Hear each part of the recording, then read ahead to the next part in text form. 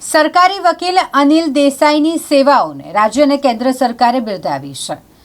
વડોદરા જિલ્લાના ડિસ્ટ્રિક્ટ અને સેશન્સ કોર્ટમાં છેલ્લા 6 વર્ષથી તેઓ જિલ્લા સરકારી વકીલ તરીકે કામગીરી કરી રહ્યા છે। સરકાર તરફી ઘણા હુકમો પણ તેમણે મેળવ્યા છે। સરકારના ઘણા બધા કેસો તેમણે લડ્યા છે અને ઘણા બધા હુકમો સરકારની તરફેણમાં તેઓ મેળવ્યા હોય તેમની કામગીરીને પહેલેથી જ સરકાર બિરદાવતી આવી છે। ફરી એક વખત તેમની કામગીરીને જોતા તેમની નિમણૂક કરવામાં આવી છે સ્પેશિયલ પ્રોસિક્યુટર તરીકે।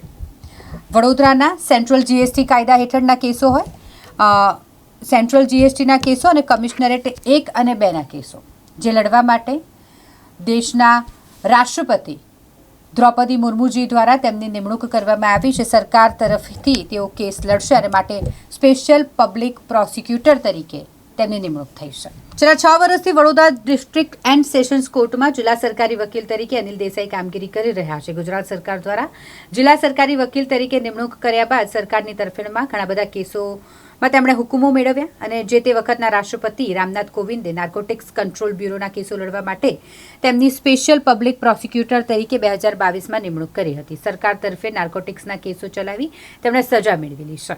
વધુમાં રાજ્ય સરકારે ભાયલી ગેંગરેપ કેસ, હરણી બોટકાંડ, પ્રશાંત ઉપાધ્યાય રેપ કેસ, પ્રોહિબિશનના કેસો તેમજ સ્ટેટ જીએસટી વડોદરાના કેસો ચલાવવા માટે સ્પેશિયલ પ્રોસિક્યુટર તરીકે તેમને નિમણૂક કરેલી છે।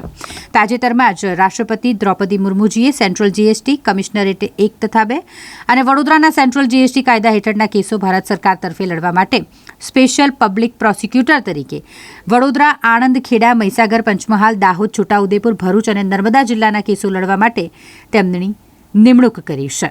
ત્યારે બરોડા બાર એસોસિએશનના તમામ સભ્યો દ્વારા સરકારી વકીલ અનિલ દેસાઈને બુકે આપી તેમનું મોઢું મીઠું કરાવી તેમનું સન્માન કરવામાં આવ્યું।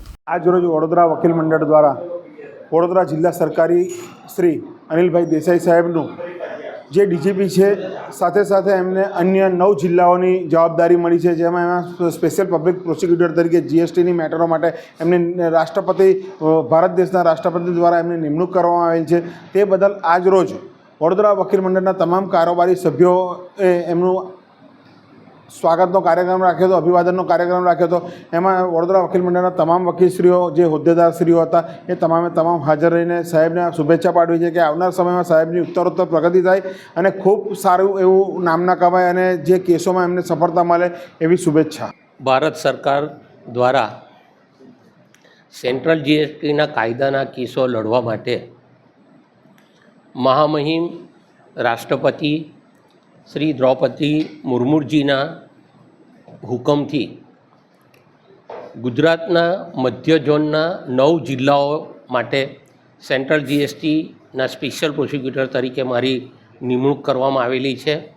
હું કેન્દ્ર સરકારનો અને જે લોકોએ જે ડિપાર્ટમેન્ટે આમાં કાર્યવાહી કરી છે એ તમામનો હું આભાર વ્યક્ત કરું છું, આભાર માનું છું। સાથે સાથે સ્ટેટ જીએસટીમાં પણ મારી નિમણૂક સ્પેશિયલ પ્રોસિક્યુટર તરીકે અગાઉ રાજ્ય સરકારે કરેલી છે। એમાં પણ રાજ્યપાલશ્રીના હુકમથી મારી નિમણૂક થયેલી છે। એમાં હું રાજ્યપાલશ્રીનો પણ આભારી છું, ગુજરાત સરકારનો પણ આભારી છું અને જે ઓફિસે આ કાર્યવાહીમાં કામગીરી કરેલી છે તમામનો હું આભાર માનું છું।